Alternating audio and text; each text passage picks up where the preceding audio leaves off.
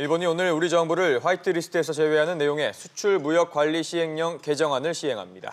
당장의 추가 조치는 없을 거란 관측도 나오지만 오는 10월에 있을 일왕 즉위식이 분수령이 될 수 있다는 전망도 나옵니다. 오정인 기자와 함께 자세히 알아보겠습니다.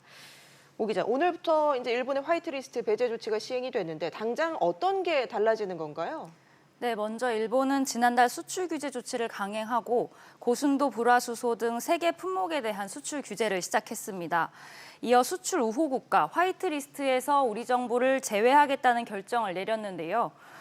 이런 내용의 수출 무역 관리 시행령 개정안 시행일이 오늘입니다. 개정안이 시행되면 1,120여 개의 전략 물품이 일반 포괄 허가에서 개별 허가 대상으로 바뀝니다. 기존에는 물품을 수출받기 위해 수출 허가를 3년에 한 번만 받아왔는데요. 화이트리스트에서 제외되면 6개월마다 한 번씩 개별 허가를 받게 됩니다. 또 기존의 일주일이었던 심사 기간이 앞으로는 90일가량으로 늘어납니다. 오늘 당장 추가 조치가 나오지는 않을 것으로 전망되지만 통관 절차가 까다로워지면서 우리 기업들의 필요 물량 확보에 불확실성이 커지게 됩니다. 네, 우리 정부의 한일 군사정보보호협정 파기 등으로 여러 가지 좀 상황이 악재가 많은데, 우리 정부의 대응 움직임은 어떻습니까? 네, 정부는 오늘 오전 정부 세종청사에서 이낙연 국무총리 주재로 일본 수출 규제 대응 확대 관계 장관 회의를 엽니다. 예. 이 자리에선 소재 부품 장비 연구개발 투자 전략 방안이 발표될 예정인데요. 어제 이낙연 국무총리는 일본이 부당한 조치를 원상복구하면 지소미아 종료를 재검토할 수 있다고 밝혔습니다. 이에 대해 일본은 화이트리스트 배제 강행으로 응답했습니다. 고노다로 외무상은 지소미아와 수출 규제 강화는 차원이 다른 문제라면서 선을 그었습니다. 오늘 나올 정부의 투자 전략 방안에 실효성 있는 대안이 담길 수 있을지 주목됩니다. 앞서 또 최종구 금융위원장은 어제 이번 달에만 일본 조치 피해 기업 130곳에 2,654억 원을 지원했다고 밝혔습니다. 네, 발등에 불이 떨어진 우리 기업들은 어떻게 대응하고 있나요?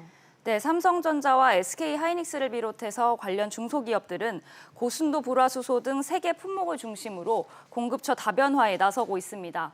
또 미국이나 독일, 싱가포르, 대만 등의 도움을 요청하고 국내 업체 제품에 대한 시험 평가를 진행하는 등 분주한 상황입니다.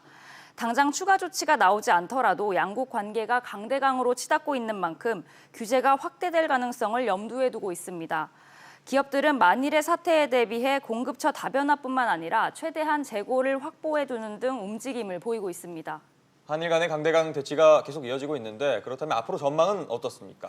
네, 우리 정부는 다양한 시나리오를 염두에 두고 대응을 검토 중인데 일단 일본의 대응을 봐야 알 수 있다는 입장입니다. 예. 당장은 아니더라도 일본의 후속 조치, 추가 분수령을 배제할 수 없는 상황인데요. 다음 달 일본 개각과 집권 여당의 직제 개편 등을 통해 상황이 변화될 가능성도 있습니다. 또 오는 10월 22일 일왕 즉위식을 기점으로 추가 분수령이 될 것이라는 관측도 나오고 있습니다. 알겠습니다. 오 기자 얘기 잘 들었습니다.